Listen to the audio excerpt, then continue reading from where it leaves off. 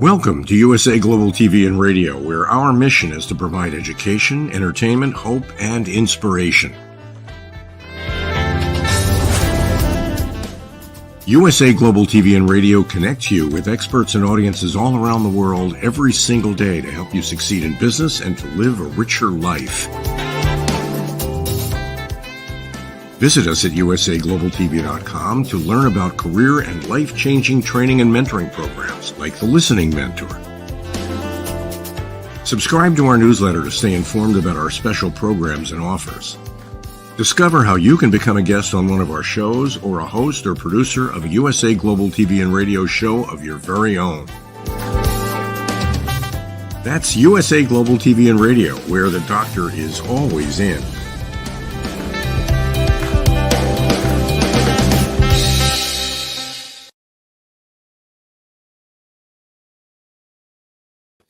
Hello, welcome to USA Global TV and Radio, where we provide world-class education, entertainment, hope and inspiration.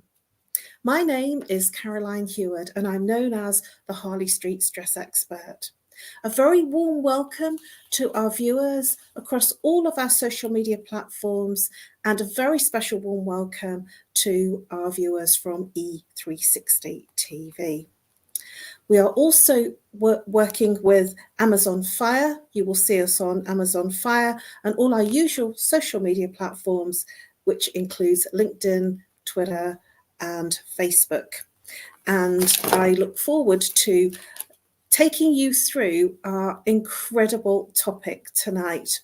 Our topic tonight is, our show tonight is A Woman's Prerogative, and in partnership this evening with E360 TV. We have an exciting topic, and this is our part 2 of A Woman's Prerogative, which is navigating career transitions, how women can successfully pivot and thrive, part 2. Always, I am joined by wonderful panelists, and tonight is no exception. Tonight, I am joined by a wonderful panelist, Mariska de Pree, and she's coming all the way from New Zealand. Come on, Mariska de Pree. Hello, Caroline, and all our viewers and listeners from all over the world.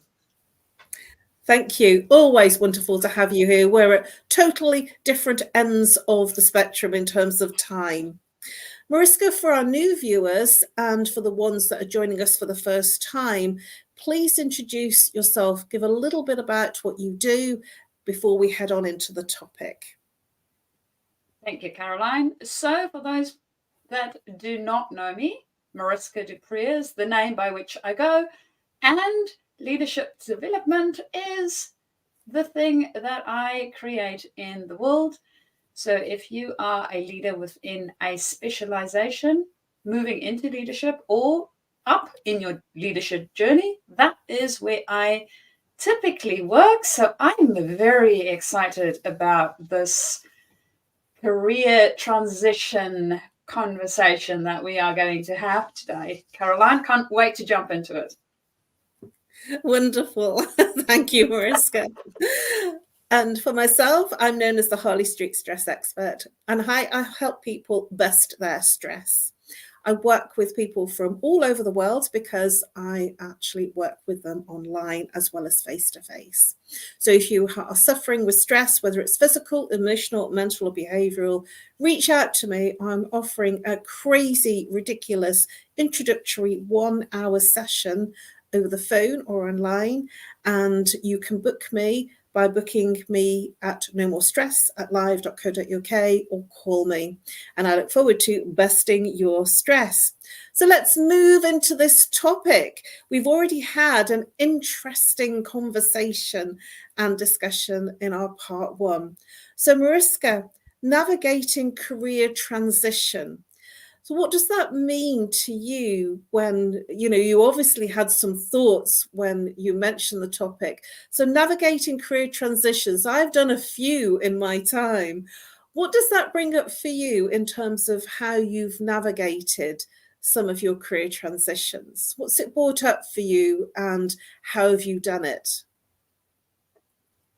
Caroline, career transition, I think, for me is one of those things where maybe way back when my parents were young, it didn't happen as often as it does these days. For most people, it used to be we get into whatever the career is that we set out to start with, and then sort of stick with that until we finish. Whereas nowadays, that is for most people not the case. And I know for me specifically, it was definitely not the case. So initially, I started off within the engineering field, worked within that specialization itself, then moved into leadership, which on its own is a career transition already, because it is quite different leading people from actually working with plant and systems and processes. And then from there, we decided to immigrate, which is a huge life transition, and also brought about my next career transition, where I actually moved from engineering, or the engineering space, into the leadership development space, which was quite a different kettle of fish altogether. So being able to do that, and I think for me, one of the things is being able to do it intentionally.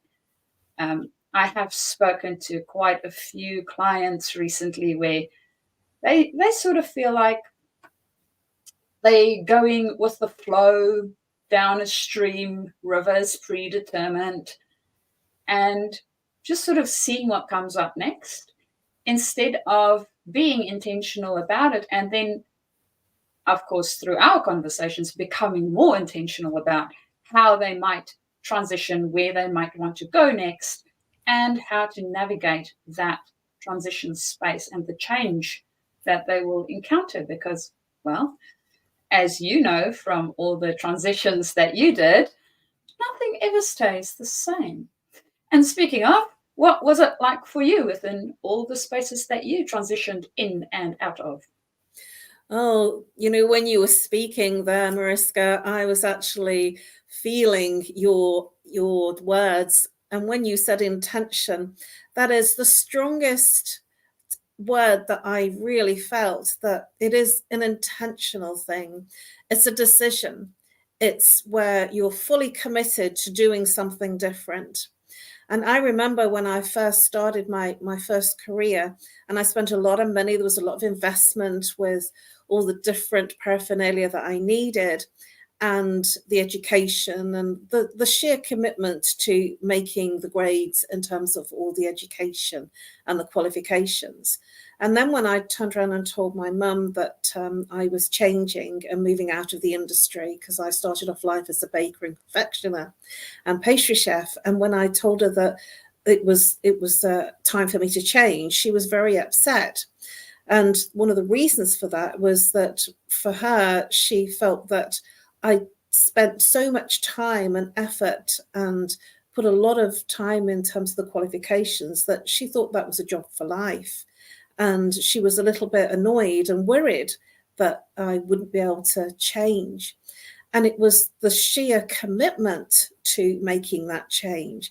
And it was almost like, I'm going to do this despite the fact that I've gone down one route for 8 years. I'm going to do this with commitment because it's where I want to be. So where you've given intention, I would actually say that on top of that, it was a huge physical and mental and emotional commitment for me to make that change, to actually uproot myself and become uncomfortable, and to move into a place where I was not knowing anyone or the industry and feeling comfortable to be uncomfortable.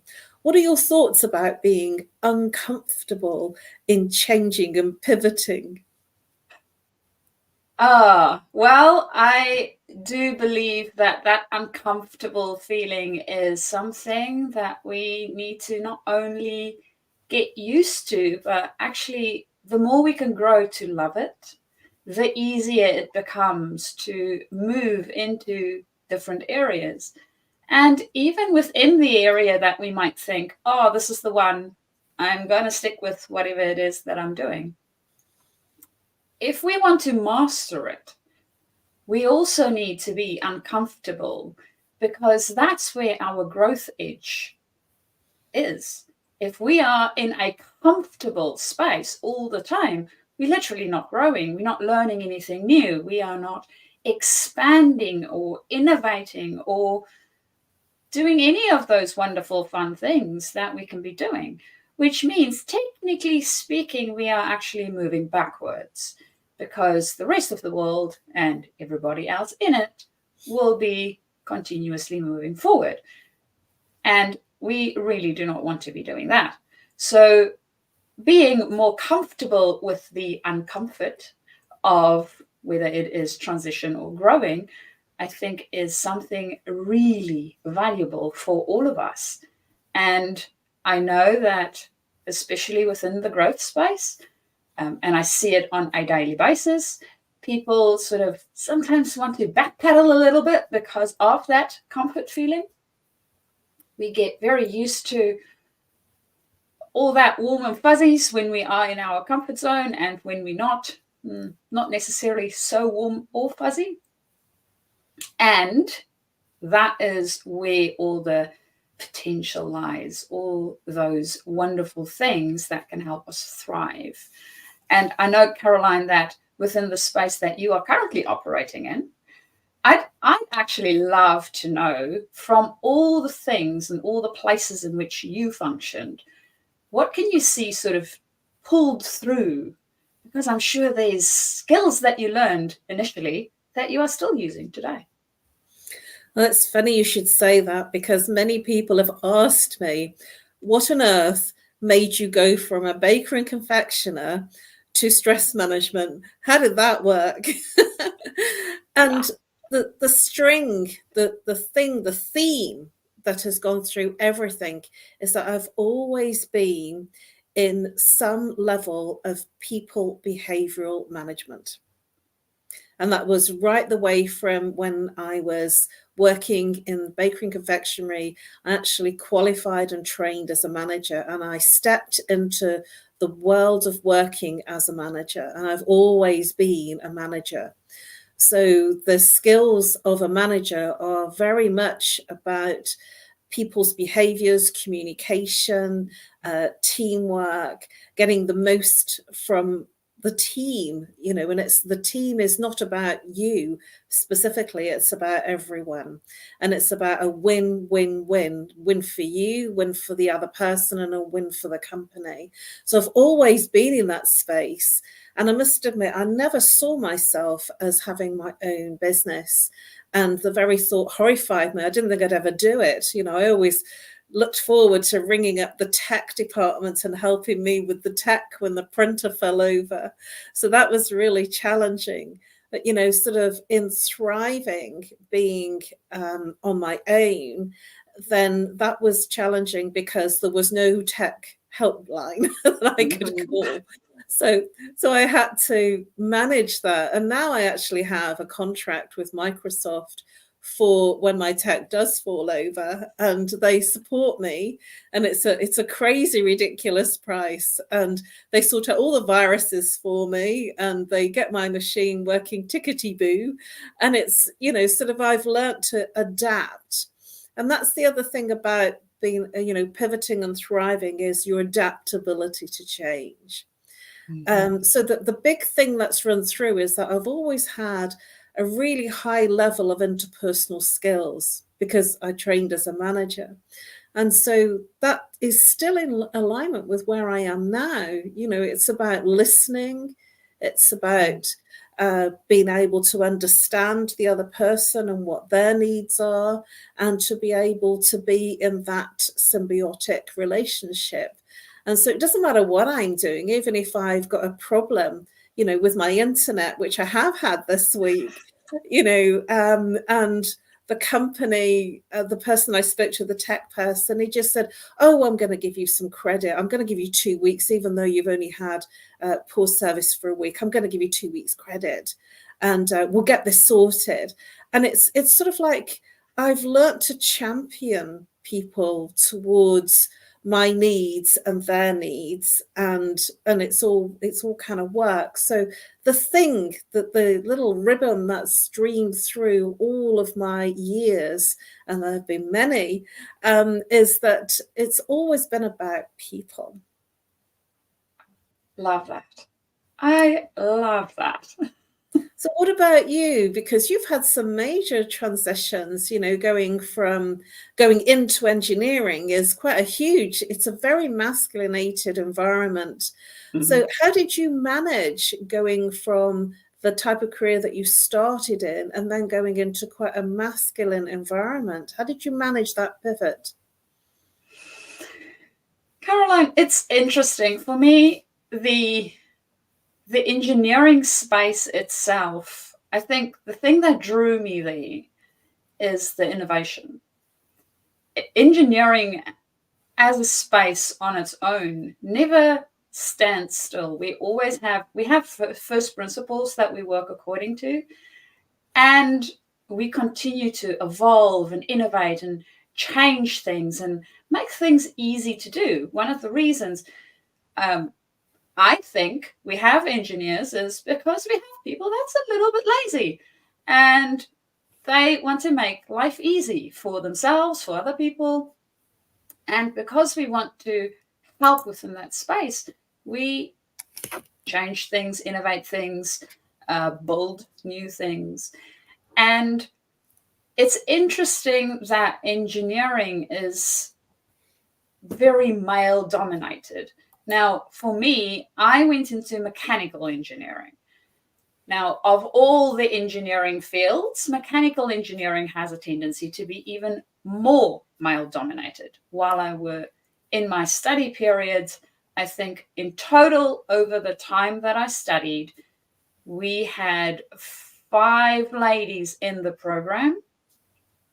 And I think of the 5 of us, 3 of us finished. So there wasn't a lot of ladies in general within that space. And even when I moved into the work environment, it was very, very interesting because now you do have ladies on plants, right? Because typically there's some people doing administrative work. You have ladies within the finance department. You have ladies within the procurement department, but not so many within the plant mechanical department itself. So things, for instance, and I know this wasn't that long ago, long enough ago, but not that long ago, we actually didn't have restrooms, for instance, that were specifically allocated to ladies. There was male restrooms everywhere on the plant, but none for necessarily ladies to use because there weren't a lot of ladies to use them. So it didn't make sense to have them. And of course, as we became a bit more within that space, of course, that changed. So I think for me, that early exploration within an environment that isn't typical for the gender that I am made it interesting for me to see how to adapt, how to change, how to navigate these different spaces. And within that, because I built up a resilience for it and also an understanding of what the history is around it, how it used to work, how we can see to navigate and change it to adapt to this new space that we wanted to be in, it helped me to then also pull that through for the other careers that I stepped into. And even for the immigration that we went through, it was very helpful to be able to even navigate that. So I'm very grateful for where I started off within that space. I don't necessarily see it as a bad thing or it should have been or could have been. It's more of what can I learn from it and how can I adapt my own personal evolution, becoming a better human being within that space. And hopefully taking a few other human beings along with me on the journey. I love it. You know, when you were talking about the toilet situation, I was actually thinking that your environment was ahead of its time, because now there is much more focus on unisex toilets and unisex restrooms. So I think that your environment was definitely ahead of its time. And I've gone to companies where there hasn't been a ladies and a gents. It's just like one place, So maybe the engineers started this this heterosexual, and this very much unisex bathroom and restroom facilities. Something that you've been talking about in terms of, that change, being very ready to adapt. It's been very similar for me in terms of the fact that I've had three different cities that I've lived in. So I started off in Birmingham, which was the second city. And then I went to London for 24 years. So I spent 36 years in Birmingham, 24 years in London, and now I've moved to another city that has just become a city in the north part of the country. And people have actually asked me, it's very interesting that people have said to me, how have you coped? And what made you move to where you've moved to? Have you got friends, family? Is it work? What are you doing there? What's made you move? And I said, there's no friends, there's no family, and I've moved here totally on my own. And they said, whoa, how did you do that? I says, well, I've done it twice, so I'm sure I can do it again. And I did it twice in terms of two different parts of London. One was in the north side of the London city, and the other side was east, and near the centre, the city, where all the corporate finance area is. And it was very different parts of the city. And I just languish in the change and the variety. And certainly when I moved into marketing and PR, I had a lot of very, very contractual, there were project type work. So I was very much on the agency side, and I went from different agencies. So my work was very varied. So I had this structure around me about, never being on honeymoon. And I say that very generously, that some people actually, they start a role and they have what I call a honeymoon period, where they can be very relaxed, and nobody's really got attention on their detail, and they're not really looking at like massive results. Whereas I never really had any honeymoon periods in any of the jobs that I was in, because I was always thrown at the deep end and just had to sink or swim. I really got on with it, and I was really good, and I thrived in that. And I would say one of the reasons that I thrived in that change is because I didn't have expectations of anyone or anything. I just went in there, looked at the problem, looked at what needed resolving, and I just got my hands dirty, my 2 feet and my hands, and I just rolled up my sleeves and I got on with it.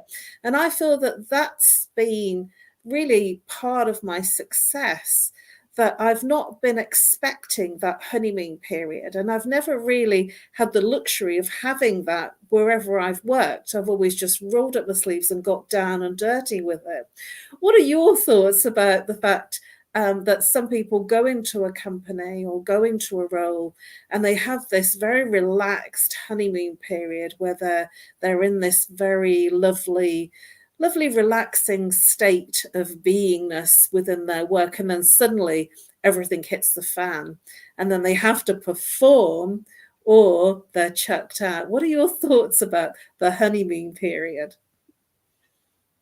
Oh, Caroline, I love this image of the honeymoon period and understanding where we are internally within the space that we operate in. And thinking back in my own career, I think that I can see some of the different spaces in which I operated where maybe there was a little bit more of a honeymoon period, not necessarily as honeymoony as possible, and not necessarily as stressful in all likelihood. a little bit of a settling in period, really. So understanding how that might look and operate for us. And I do appreciate this element of, if we are in a project specific environment or working on contract work, basically, or project work, it does make it a bit more difficult to be relaxed, because we are on a tight deadline, we have a specific scope that we need to fulfill. Where if we are moving into a space where this is an environment in which you most probably receive a salary and there is not necessarily as defined a scope, it makes it a bit more honeymoon-y, and it can potentially actually trip us up. Because I think what the project space or contract space give us is intention. It's very clear, and there's a lot of intention around it. Whereas in some other spaces, that intentionality and that clarity isn't always provided, which can steer us off course, and then it may or may not serve us very well. So understanding where we are operating and what it is that we need, I think, is also very helpful. And I'm wondering, Caroline, what have you found for you to optimally perform works really well when you are stepping into a new position? I go in there and I just get on with it. You know, I'm a problem solver. So and I'm still doing that now. Essentially what I do is I look at all the aspects of what needs doing. So I look at everything that presents and I ask questions. So I'm really good at reading a brief and then going right in under the level of what they're asking, because my background's marketing and PR. And I remember one of my lovely directors, he turned around to me and said, read the brief, just produce anything. And he says, don't get touchy about it. He said, just produce something. He says, give it to them and then they'll tell you what they really want versus what they've given to you as a brief. He says, because they never know what they really want. They never actually understand what they want you to give them. So just do anything. Don't spend your hardest work on producing the masterpiece, because they'll rip it to pieces. He says, so produce something so then you get your brief. And I found that really interesting, that I had to get used to my work being torn apart. In marketing and PR, I was actually, the person that was writing the information. I was writing documents. So I was very much in the copywriting and the branding and part of that, so the communication of the message. And essentially it was, everybody liked that part of it. Everybody found that fascinating and interesting. And so I always had to pivot and thrive in a changing environment where my work was never right or never good enough, because everybody liked to be the copywriter. Everybody liked the bit of marketing because they thought it was more interesting than their own job. And so I had to not get precious and not get emotional about somebody saying, oh, we could use something here, we could change that word and do this, because everybody wanted to own it. So I had to thrive in an environment of constant change. And that actually led me into a place of, I would say, flying by the seat of my pants. And I do enjoy flying by the seat of my pants, and I produce sometimes some of the best results, because when I'm almost really, really prepared, it's like I become a bit staccato. But when I'm not prepared, haven't got a clue what's going to come at me, then I become a thriver. And I become almost more passionate, and there's more of me that becomes in the work that I do. And certainly when I've been interviewed here by our wonderful Dr. Jacalyn, I never know what she's going to throw at me. And I'm there just with the topic, the title of the topic, and she throws everything at me. There's no textbook, there's no notes. And here I am just performing, and I'm flying by the seat of my pants, literally. And so I feel that in that pivoting and thriving and always working by the seat of my pants, and knowing what I do and knowing what I do well and being passionate about what I do, because that's the other thing, being passionate about my topic and my chosen area of work, that allows me to thrive. And so these are things that move me into not only surviving but thriving, especially in change. And technology has been one of those things that I've literally had to get to grips with.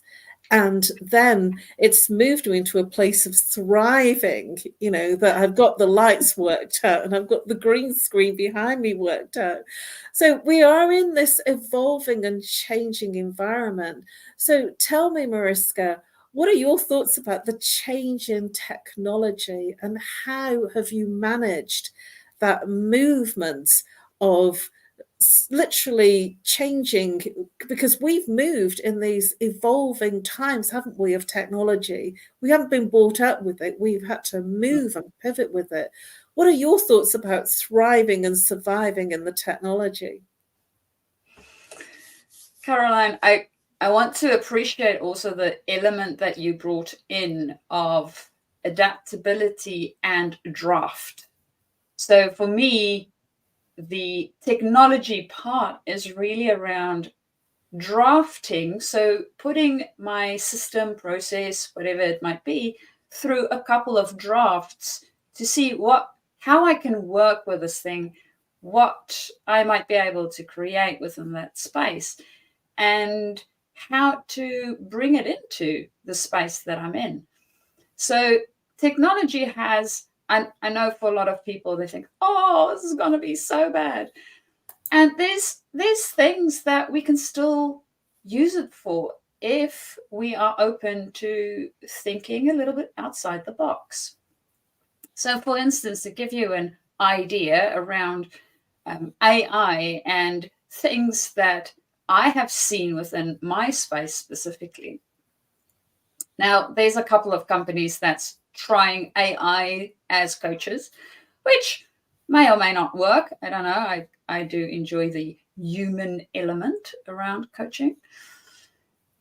And what I think AI is very helpful for is accountability. So say, for instance, we come up with something that the client want to practice throughout the time between sessions, or something that they need to keep in mind constantly for themselves. AI is a great tool to actually use towards this end. So being able to pop a question up every day at a certain time, reminding us of what it is that we're working on, or reminding us to reflect on something specific or try something out, if that is maybe the type of reminder that we need. So using AI in different ways, not necessarily the one that designers designed it for, right? So we are able to use it in the way that works for us, and really thinking about how that might look like and what that might be. And being innovative within our own space. It is the way that we interact with it, and we have a choice. So again, to that intention, whatever change we go into, being intentional helps us to actually navigate it a little bit easier. And Caroline, I know you love technology so much. What is it that you find useful within this new and evolving space? Well, you mentioned that dreaded word, AI, and I have to confess I haven't actually gone down that route. I did sign up for some AI, an AI platform, and they were oversubscribed and it never came through, or if it did, I missed it. And so I think it's probably because I like writing my own copy.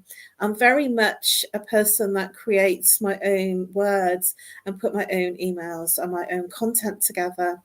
And I'm sure it'll be extraordinarily helpful. And I'm probably being very silly, but I love the way that I write. And from my perspective, I want to still do it my way. And that's very much who I am. And I feel that when I have seen some AI content, I've thought, oh, that's really good. But then I'm seeing now a lot more AI content, and it sounds very similar.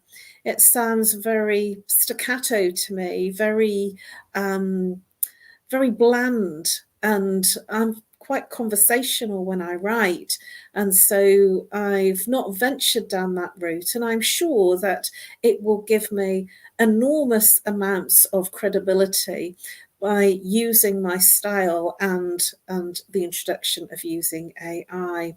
But this is definitely something that people are using to pivot and to create books really quickly and create their content for courses in a much bigger way with doing it in much less time. And I prefer myself to be, sort of very self-sufficient in not needing it. And yet that's probably something that will keep me back by not using it. And from my perspective, it's probably a very good progression, and I've certainly seen lots of technical progression. I've progressed enormously, using lights and the laptop and the green screen, and really moving forward in the tech with some incredible help from Dr. Jacalyn on this channel, because I never ever thought that I'd be able to do this. But back in 2021, I had to pivot, I had to move online, and when I did, all sorts of extraordinary opportunities occurred, and it gave me a way for my content and my support and my help and my knowledge and education to help many others, many, many more than I would have been able to help if I was stuck in my own home, within my own four walls, or just going networking within a small community. And so it has given me global reach rather than the intimate city reach that I perhaps had without being online. And so my feeling is that it is important to use technology, and it is important to have the aspects of what is in progression, what is changing, because when we introduce those things, then we are then part of the cutting edge, the leading edge. Even though I've been kicking and screaming with the tech, it has helped me, in a much bigger way than I ever thought it would. Well, we are coming into our final rounds of the show. Can you believe it?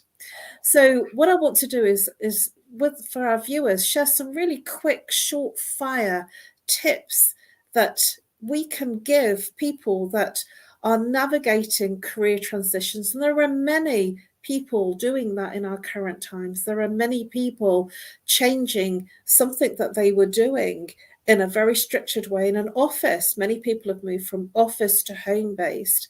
And many people have actually had to change completely what they do and actually how they can thrive and be successful in that new career. And essentially that new term is pivot. So have you got any quick fire tips that you could share, Mariska, to our viewers here tonight? Caroline, I think my main one would be intentionality and thinking about being intentional for what works for you as an individual. So understanding ourselves really well, and if this might be something that you can explore for yourself, you can engage with a coach and the both of you can explore it together. They have a wide variety of tools and processes to help us explore those types of questions for ourselves and really get down to the what is important to me and what is it that what's an environment, a space in which I would thrive, right? The clearer we can be on that, the more likely it is that we will go into a space that would help us and also help us to thrive. So having that intentionality and then moving towards that space would be the top tips I would give. How about you, Caroline? Well, thank you very much, Mariska. That is just an excellent, excellent addition to help our people on this show. One of the things, and I'm going along that line, is to be open, to literally allow yourself to be open to what becomes, what is. Because when you are open, then opportunities come in and different ways. If you are stuck in your thinking and not being open, then it's much more difficult for you to see things that you wouldn't normally see. So the first thing is to be open. And the second thing that I would suggest is to dress for success, to dress so that people know you and feel your vibration. If you are turning up in your gym jams, in your pajamas, then you are not going to feel successful. You're going to feel a little bit more slovenly. You're going to be a lot less feeling, and that's the internal feeling, professional. So dress how you will feel differently when you dress for your success. Wear that shirt, wear the nice top. For women, put the hair up, do the makeup as if you're going to work, especially if you're online, because when you feel good, then it emanates on the screen, and your vibration, everything is vibration, and you will emanate in a higher vibration. And when you're in a higher vibration, you will attract more goodness, and you will attract a better level of success. Well, we are literally in our last few minutes of the show. So before we leave you, Mariska, please tell our viewers how they can reach you and how and what people that you actually help. Thank you, Caroline. So if you are an engineer or a specialist looking at moving into leadership, or you are already a leader and want to move up within your leadership space, you are more than welcome to connect, and we can see how you can navigate that transition in a very human way for both yourself as well as your team and other stakeholders you serve. You can get hold of me via my email, which is mariska@journey2discover.com, or alternatively, you can also connect via LinkedIn and we can start our conversation. I look forward to hearing from you and, of course, navigating those transitions within your career. Over Thank to you, you, Caroline. Mariska. Thank you. And for me, you can reach me on nomorestress@live.co.uk, or call me on +44 if you're international. If you're local, 07523 120189. You can follow me on Facebook. That's my preferred platform. You can also find me and follow me on LinkedIn. I help people bust their stress, whether it's physical pain, whether it's emotional pain, whether it's mental pain, anxiety, depression, whether you're having a life crisis, a relationship issue, a breakdown, or if you are sick, or if you're caring for somebody sick, whatever it is that's causing your stress, reach out and I will help you bust your stress. Thank you very much, everybody. This has been an incredible show, a Women's Prerogative Part 2. I've been your host tonight. It has been wonderful for me to do the 2 shows tonight with you. That's tonight because I'm in British summertime right now. And I look forward to seeing you next week. Same time for Women's Prerogative Part 2. In partnership with E360 TV. Thank you very much for tuning in. And if you're watching on the replay, a warm welcome to you. And I look forward to seeing you next Monday, same time and same channel. And now over to our wonderful sponsors that make this channel work. Thank you very much. And before I leave you, a very huge thank you to Dr. Jacalyn, who has been behind the scenes creating all the magical effects and actually in the chat sharing a lot of humor. Thank you very much, Dr. Jacalyn. It's always a pleasure to work with you, and I look forward to seeing you next week. Bye-bye.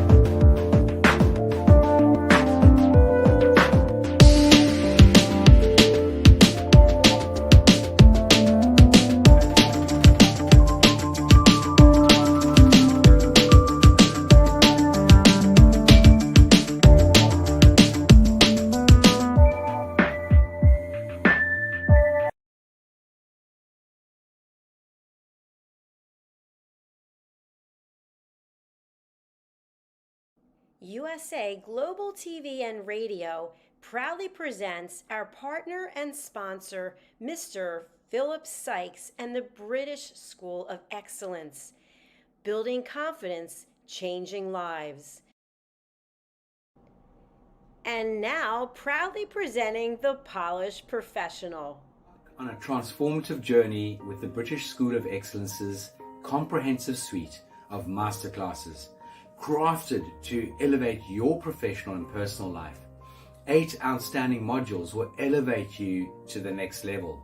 Module 1, Exploring Life's Purpose, delves into the depths of self-discovery, guiding you to chart your unique path to fulfillment and success. Module 2, Mastering Professional Presence and Confidence. This masterclass is a deep dive into the art of self-assurance and commanding presence, which is essential for standing out in today's competitive landscape. Module 3, Learn the secrets of visual impact, how to curate a personal style that amplifies your professional brand. Module 4, Mastering Professional Etiquette and Communication Excellence, navigating the nuances of corporate interaction with grace and tact. Module 5, Elegance in Eloquence. We impart powerful techniques to captivate and persuade any audience with your oratory skills. Module 6, Unlock the potential of your emotional intelligence, EQ, and harness the ability to connect, empathize, and lead with emotional savvy. Module 7, Mastering DISC, building a gateway to understanding behavioral styles, fostering better personal and professional relationships. Module 8, Mastery in Dining Etiquette, building your confidence to perfect the subtleties of dining with finesse, enhancing your social savviness at any table. Step into the Polished Professional program where poise, elegance, and excellence aren't just taught, they're instilled for life. Join us to redefine your potential and polish your professional edge. To learn more, go to thebritishschoolofexcellence.com.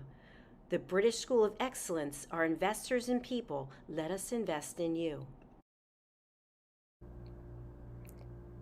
This program has been brought to you in part by Zane Carson Carruth, etiquette and protocol expert, international award-winning author, television show host, and philanthropist. Thank you to Zane, our official diamond sponsor for USA Global TV and Radio in partnership with E360 TV. Zane is the author of the world's first tooth fairy ever, as well as many other children's books. She's also the television host of Elegance, Polished Demeanor, and Posh Living, seen on USA Global TV and Radio.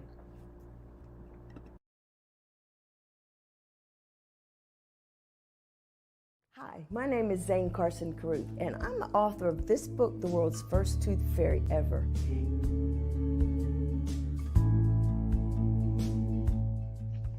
Reading is magic. Studies have shown that reading to your children lays the foundation for greater success in life. Reading helps develop language and vocabulary skills. It helps improve memory, and it encourages curiosity and inspires creativity. The benefits are immeasurable, and as a parent, you'll benefit too.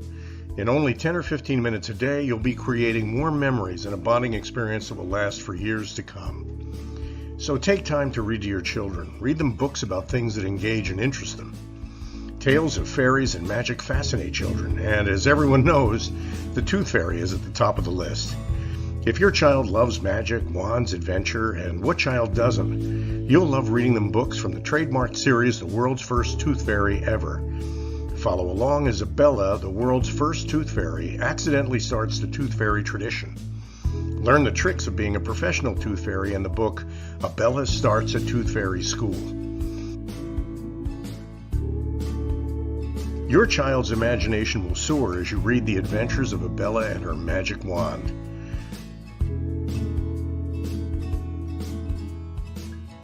These wonderful books are available at worldsfirsttoothfairy.com and at Amazon, Barnes & Noble, and Walmart.